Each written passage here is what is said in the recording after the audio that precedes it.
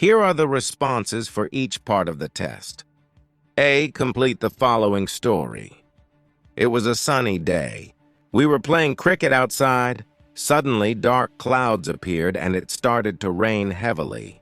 We quickly ran to the nearby shelter, but the rain did not stop for a while. Everyone was disappointed, but we decided to wait and see if it would clear up. After some time, the rain slowed down and we returned to play. Although we got a little wet, we had a great time. And the weather soon became sunny again. It turned out to be a fun and memorable day. B. Write an essay on the importance of healthy food. Healthy food is important for our overall well-being. It helps us stay strong, energetic, and focused throughout the day.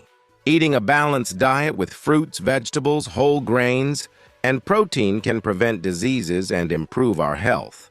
Healthy food gives us the necessary vitamins and minerals. Our bodies need to function properly. It also helps maintain a healthy weight and supports our immune system. By choosing healthy food options, we can live longer, feel better, and avoid many health problems. It is important to develop good eating habits from a young age. Sex speech on value of sports.